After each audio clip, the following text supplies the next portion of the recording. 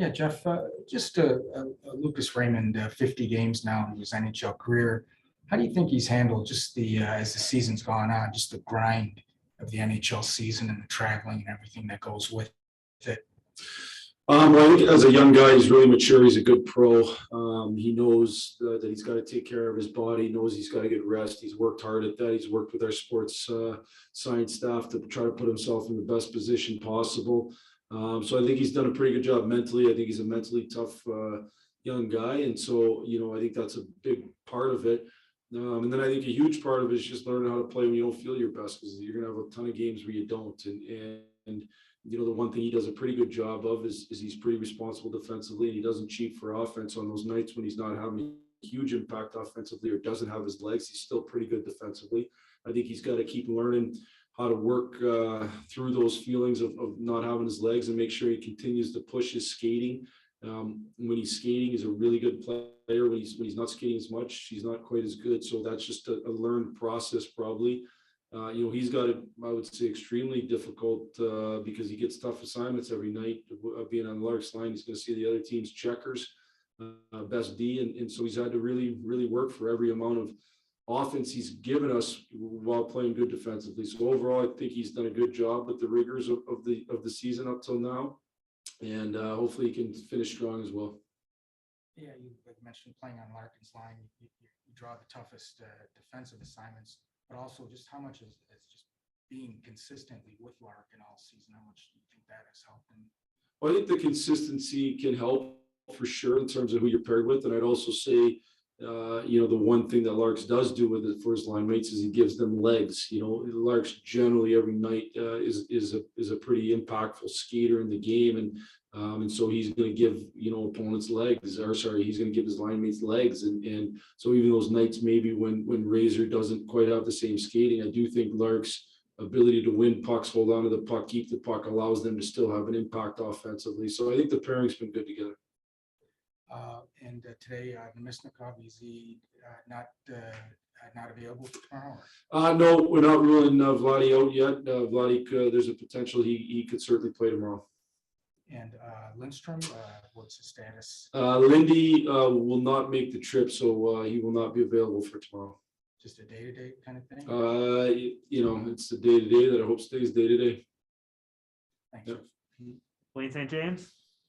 Jeff, what is it about Lucas that enables him? I mean, he's not a physically imposing guy like Moritz, for example, but to be able to hold on to the puck, you never see him just throw it away.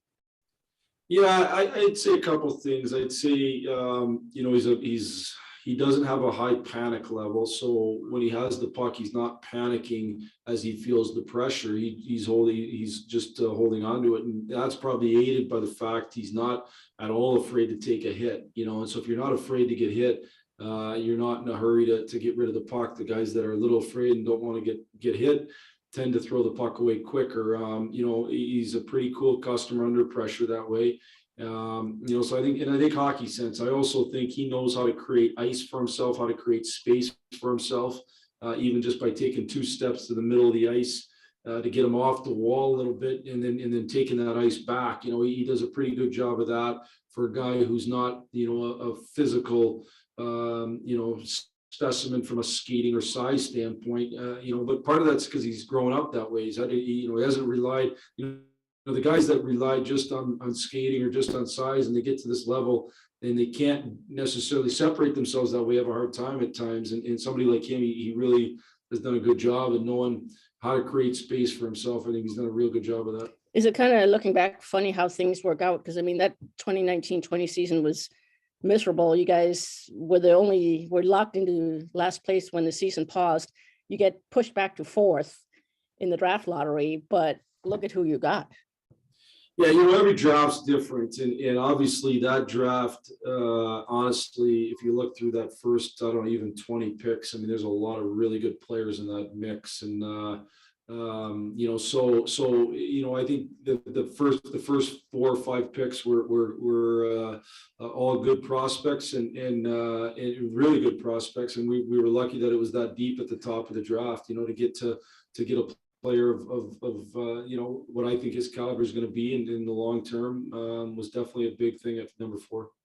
lastly, just, you have a lot of happy sweets in the locker room, but US is out, Canada is out. What are your thoughts on the Olympics? It's been quite I didn't see the game last night with the US. Certainly feel for those guys. I know the work that gets put into it. I talked to Dave Quinn a number of times heading into the tournament. He's a good friend of mine. He's a great coach, and I know the work that he put in with his staff. I know that some of the players are I know what it would mean to a guy like Andy Mealy, and how important it would have been to try to win a gold there. And so I certainly feel for the group. The hard part about international hockey is you get into one game deals, and then not only do they end in one game sometimes, but they end in situations like a shootout to totally end the tournament, where in the NHL you play 7 and then you play overtime if it's in that game 7. So it can end really abruptly, and it's unfortunate at times, and I certainly feel for those guys. They had a team good enough, and they were certainly headed the right direction, and it's too bad that they ended up getting ousted. Thank you. Ted Colpin. Jeff, when you think about Lucas and Lafreniere, how much did it help Lucas, you think, that 1 year to play in Sweden after he got drafted? I mean, you've talked about it a lot. Some of these kids that jump right from junior to the NHL, that's a sizable gulf right there. You think that 1 extra year kind of helped Lucas a lot? I do. I think it helps you a lot. I think it helps protect you from having, that real hard year that can eat away at your confidence. And I'm not, saying that with Lafreniere. I don't really know what his experience was like, but I do know that a lot of those number 1, number 2 picks that show up in the league right away aren't ready, and they're just surviving. And I don't think, if you just have a development philosophy that we're never going to put our guys in position to survive, we're going to try to put them in positions to thrive. I think you're going to end up maximizing your players. And so in Lucas's case, he got a chance to have a real good year in Sweden, and then was more prepared when he came to camp. And again, we weren't going to just give him a spot. He had to earn it and show us that he could thrive, and he did that. So, I definitely think it helped. I think it's like any other thing. Like if you walk in, for a test and you haven't studied compared to you have studied a ton. I mean, obviously you're more prepared when you've studied and you're ready to ace the test. So I think every guy's different in terms of the time frame they need. But I think certainly being as prepared as possible to face the biggest test of your hockey career is important. I'm curious, when they told you that year they were going to take this kid, Lucas Raymond, what did they tell you about him, and how has that meshed with what you've seen live in person? Is he better in some areas than you thought he was going to be? I would just say, when he was drafted, I had conversations with our group, and the thing that always was mentioned was hockey sense, and that he had really elite hockey sense. And that's played out to be absolutely true. He's got very, very good hockey sense. He knows, how to maximize his ability, how to maximize a team's ability. And the other thing that was talked about was he'll be a really good power play player. And I think he's been a real good power play player. So, I think he's shown a real toughness. He doesn't get rattled when he gets hit. He takes hits to make plays. That's some of the stuff you just don't know until they get until players that play on big sheets get to smaller sheets. But he's definitely got a level of toughness to him that I think is important for any really, really good offensive player. So, it's been a lot of the stuff probably as advertised, I'd say.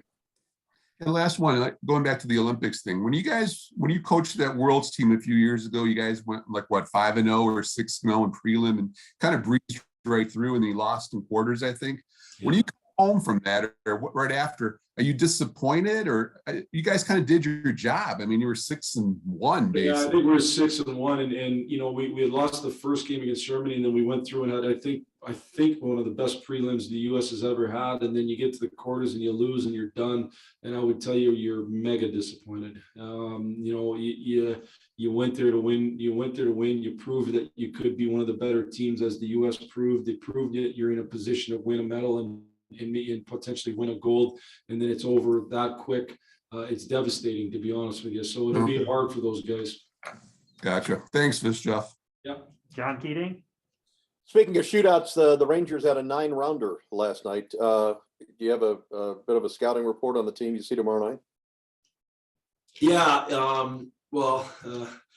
it was an interesting game last night, in a sense that I thought the Rangers hadn't played in a while, so their first probably wasn't to the level that they are used to playing. Then after that, I thought they were real good. Their Gerard Gallant teams are going to play hard. They've got some real physicality on a couple lines, really probably 3 lines where they have some real physicality.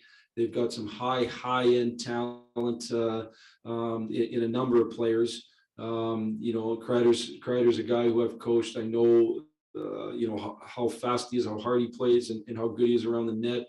Obviously, Fox has been a great addition to their team.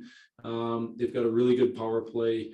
We're going to have to go with this, and they're one of the better teams in the East. We're going to have to go play real good hockey. But I think this is great. I think going through this stretch is great. We think that we're a team that's headed in the right direction. We think we're a team that can fight to be important in the end. Now let's go prove it, and unfortunately we didn't in Minnesota, and we had the opportunity to probably, but that game's over. Now we got to learn from it and move on and go play a great game against a Ranger team that is again, one of the better teams in the East. Lindstrom finished the game last Monday night, didn't he? The game in He which did. he scored a goal. Okay, I mean, upper body, lower body, long term. What are you thinking here? I don't know the term yet. If I did, I'd let you guys know. Again, it could be a day-to-day thing, could be longer. So mid-body. We all have that. Yeah. Well, some more than others, John. Thank you. Yep. All right, those are all the questions we had today for Coach Blashill. Thank you. Thanks so much for joining us.